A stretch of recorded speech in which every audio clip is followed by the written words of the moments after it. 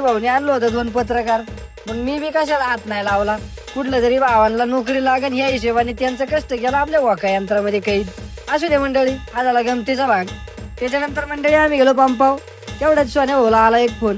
2 दिवस गावात लाईट नाही हा महत्वाचा मुद्दा बाजूला ठेवून एक जण पक्का भरडा मारीत होता. हे बी गपगुमान त्याचं दुःख तासभर ऐकत होतं.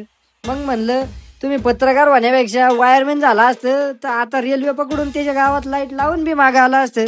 पण मंडळी खरं सांगायचं झालं तर पिंपरीत चालून चालून अक्षरशः हातापायाची चाळण झाली होती. पोटाला फार खळग्या पडल्या होत्या. गेलो मग आपल्या अजय डाब्यावर, दिली ऑर्डर. तेवढं अचानक झालं विशाल भाऊ प्रकट. आल्या त्यांनी आपल्या वॉगलिंग कौशल्यावर 2-3 डायलॉग मारलं फेकून. लोक म्हणतात चेंगळा बोले, पण भाऊ म्हणतो पाहुणं बोले. अचानक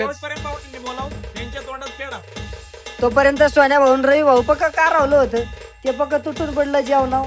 आलो घरी, गेलो आपल्या रवी भाऊच्या दुकानावर. तेवढ्याच सोन्या भाऊ म्हणला व्लॉग मध्ये माझ्यावर जर का काय वाईट साईड डायलॉग टाकला तर निकन बांबूनी चोप देईन.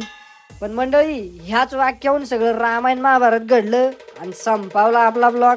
भेटू पुढल्या ब्लॉग मध्ये. मित्रांनो, जर तुम्हाला आमचे मनोरंजनात्मक ब्लॉग्स आवडत असतील तर आपल्या झिंगाट झटका यूट्यूब चॅनलला सबस्क्राईब करा.